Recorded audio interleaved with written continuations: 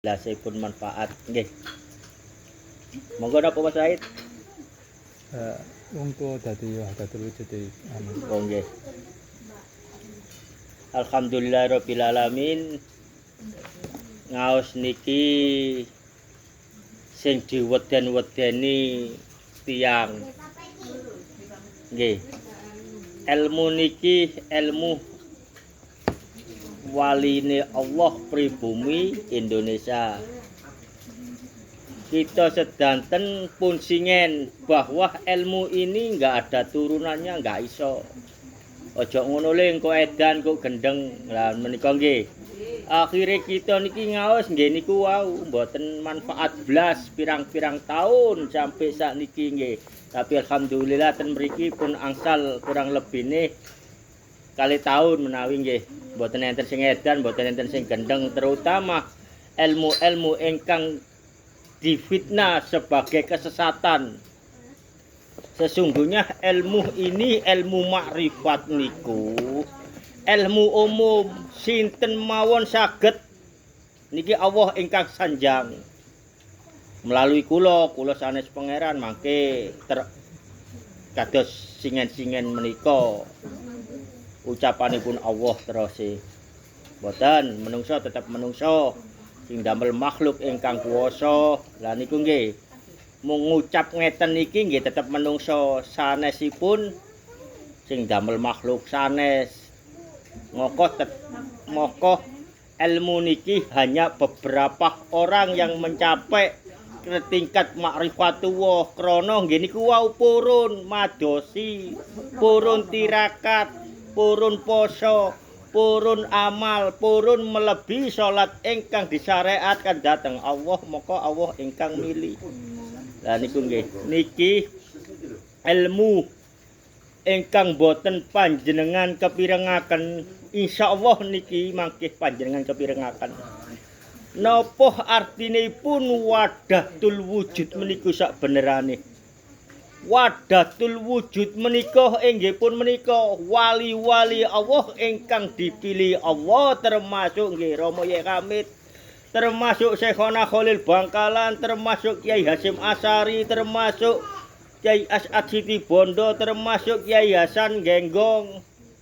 Niku wahdatul wujud mergo pun sedo semasa hidupnya beliau niku nggih sulit pados ilmu kewalian dateng Allah.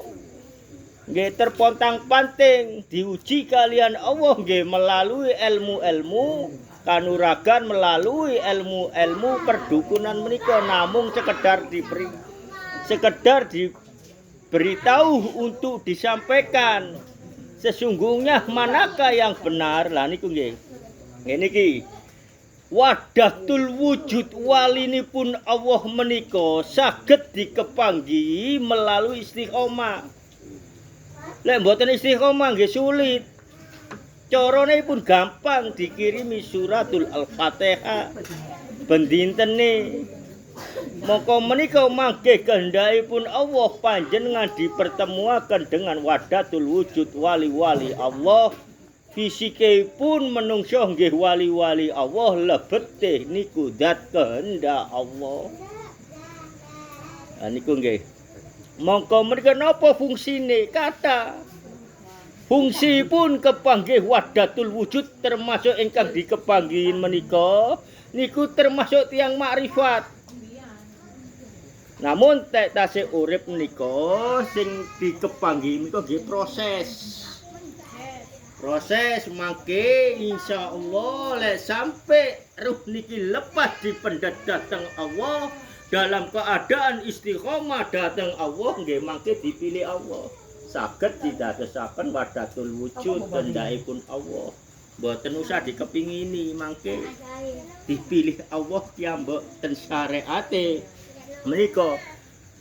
Diceritakan Bukit Tursinah yang dipilih Allah, senajan bukite elek, gersang, tandus, watu, tapi atine lemah lunglai, enggak berdaya, berserah diri kepada Allah, mboten enten kesombongan, mboten enten keriaan, mboten kepingin nomor siji. Mokoh nang Allah dipilih nggih termasuk kita-kita niki. Senajan kita niki ibarate misale pinter maca, pinter nyampekno pun usah diakui. Pun usah diakui. Sampeyan serano dhateng Allah.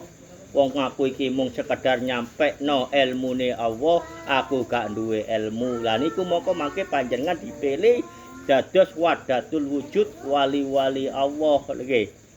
Mun jelas niku. Niku wadatul wujud wali-wali Allah.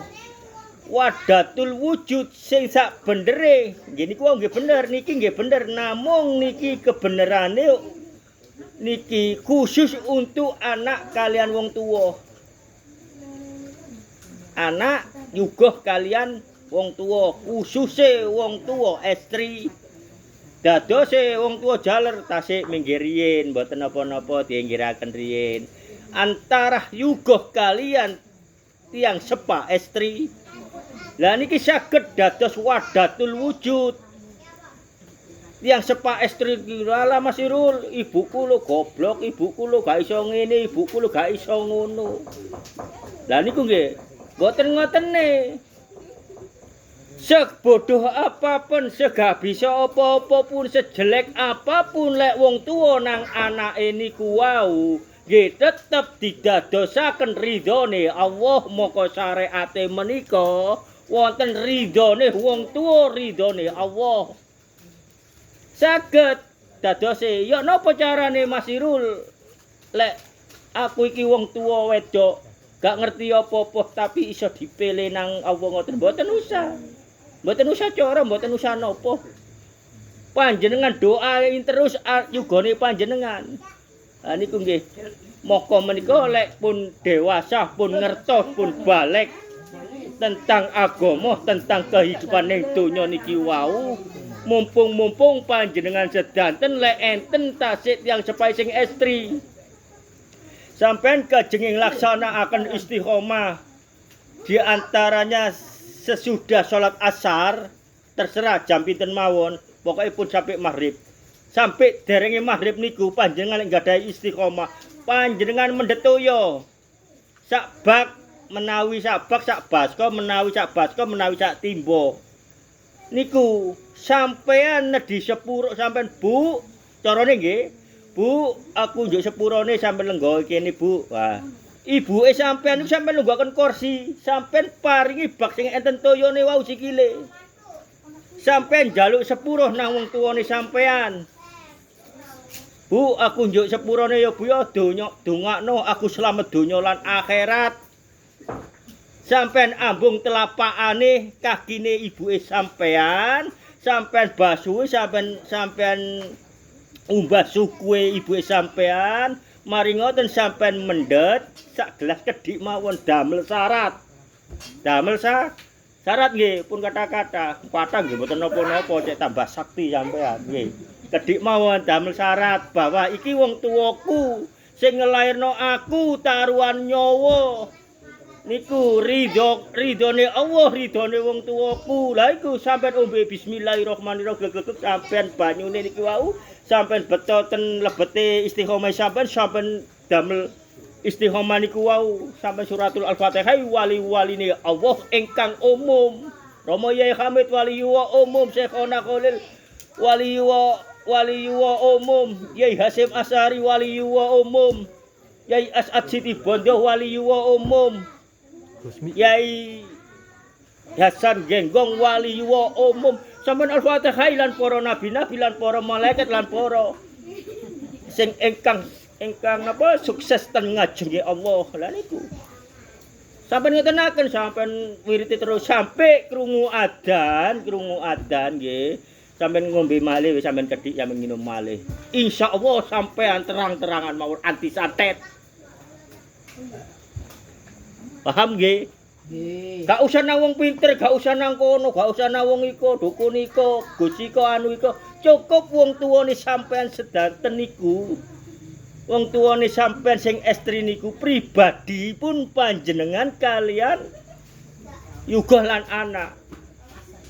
Atus-atus panjenengan ilmu niki mboten dituduhaken. Napa malih lek kula berbau dukun, mboten kate ini kula sampeaken sampean.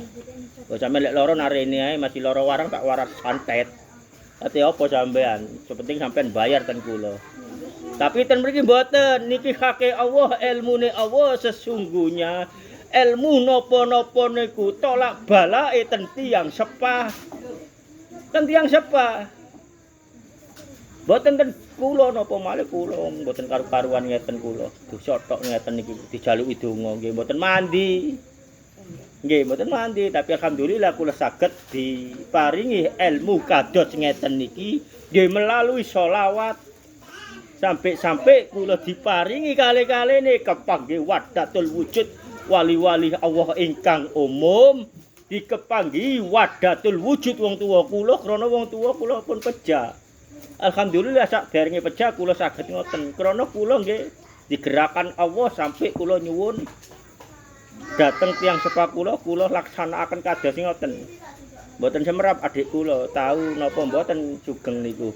Tapi alhamdulillah kula nyampe akan hake Allah welasan kula.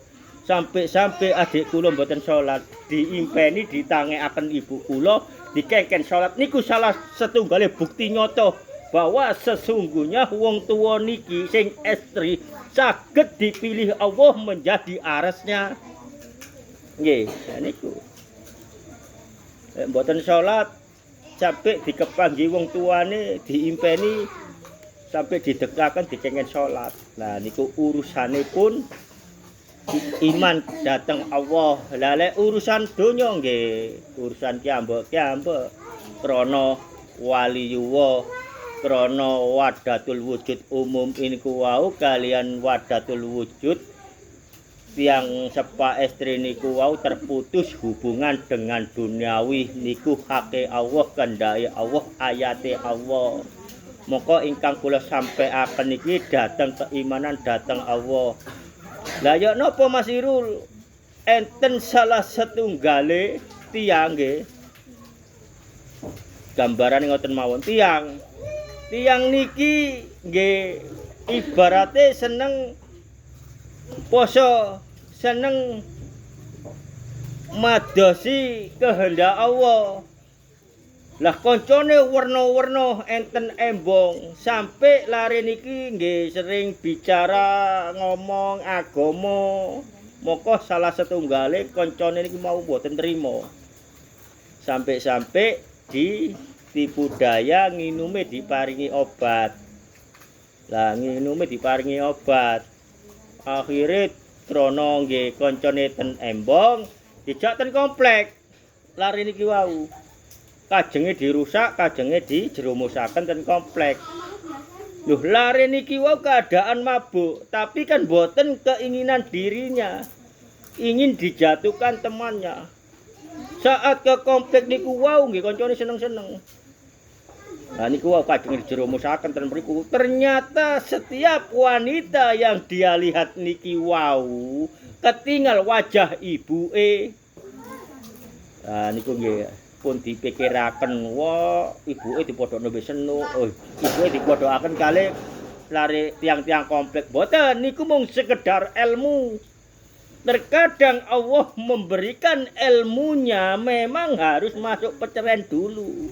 Nah itu kan ibaratnya masuk peceraian dilebokne neng komplek sampai setiap wanita yang ada di komplek itu kelihatan wajah ibunya sehingga dia kesadaran sifatnya ini total menungsane senajan fisike pun terpolusi oleh minum-minuman lan obat. Lah niku krana mboten kekarepane dheke, moko Allah sik nglindungi. Lah lek kekarepane awake nggih wis mboten Allah nggih mboten melindungi. Lah niku salah setunggale ceritane ilmune wahdatul wujud ingkang umum lan wahdatul wujud ingkang pribadi. Mokoh panjenengan sedanten meniki lek tasih enten tiyang sepahe monggo sampean laksanakaken niku boten sesat. Boten sesat niki namung sarana mawon panjenengan nyium telapake ibuke panjenengan kiambek mboten enten masalah. Lek panjenengan nyium patokan kuburan apa maneh sing mboten enten darah sampean. Wong sing enten darai sampean mawon nek ten kuburane diambung sampean termasuk syirik. Napa malih sing mboten. Tapi niki wong tuwa. Lah ya napa Mas Irul? Ibu kula pun pejah. Ya napa kula carane? Lah mongko menika kula paringi ilmu malih. Lek ibuke panjenengan pun pejah mboten saged nglaksanakaken niku wau, panjenengan katahi sedekah atas nama tiang sepai panjenengan termasuk panjenengan ngijoli sadurunge ibuke sampean napa sahidupnya niku mboten saged nglampahi. Nggih napa terus panjenengan ki ambek yang sepai sampean masa hidupnya napa sing dereng dilampahi. Lek sampean semerap nggih sampean gantosi, sampean atas namakan tiang sepai panjenengan. Panjenengan bersolawat ngadep ning Allah pun jelas mangke gampang kepanggih tiang sepai sampean ten lebete kuburan, tapi tiang sepai sampean mboten enten lebete kuburan niku mboten enten mriku. Mung niku enten fisike secara akal setelah meninggal nggih mboten enten mriku. Alamipun beda. Namung mawon lek enten makam-makam menika nggih namung kita niki tasih enten akale. Nggih, pun jelas nggih. Dadose panjenengan niki wau lek kepingin tolak balak sedanten menika baik dari orang sekitar yang elek atine iri dengki sampai wantun-wantun nyilokoi melalui nggih sing umum meniku tolak balake ten tiyang sepai panjenengan kiambek niku nggih niku wau ingkang kula paringi ilmu sampeyan laksanakaken sak temenane. Mboten usah bayar, mboten usah napa wong niku wong tuwa sampean kiambek. Tapi panjenengan lek ancene ngoten mangke lek sik wonten sampean nglakoni ngoten setelah niku mantun isa sampean jak ten pundi-pundi tiyang sepae sampean tumbasaken nedha sing enak sing napa nika. Dadose panjenengan mangke insyaallah pun jelas diridhoi ten Allah donya lan akhirat. Moko panjenengan lek kajenge enten perilaku sing boten wonten diutus Allah mongko mangke wadatul wujude dikepanggi ibuke panjenengan mongko panjenengan isin dateng ibuke panjenengan nggih. Pun jelas napa sing ditangloken monggo. Monggo mbok napa? Mertua gak apa-apa ta? Maratuwa niku mboten saged krana ayate syariate niku ridhone wong tuwae. Dados sing nglairno. Lek maratuwa nggih mboten saged, nggih otomatis bojone panjenengan kalian tiyang sepae ki ambek. Dadi syarate niku ngoten niku wau Mbak. Mboten saged dicampur-campur. Lek ancene anak kandung nggih saged di ngotenaken niku. Napa malih? Pun. Lawas. Alhamdulillahirabbil alamin panjenengan saniki angsal ilmu napa sing boten panjenengan semerapi selama niki semudah ini segampang ini. Sesungguhnya ajaran Allah ndak ada yang sulit, mudah-mudah mawon. Ingkang mempersulit nika nggih menungso sing enten kepentingan pribadi ten mriki mboten enten kepentingan pribadi ten mriki namung nyampeaken hake Allah melalui sholawat, dzikir lan tasbih patokanipun Kanjeng Nabi Muhammad sallallahu alaihi wasallam. Semangat dalam keberkatan.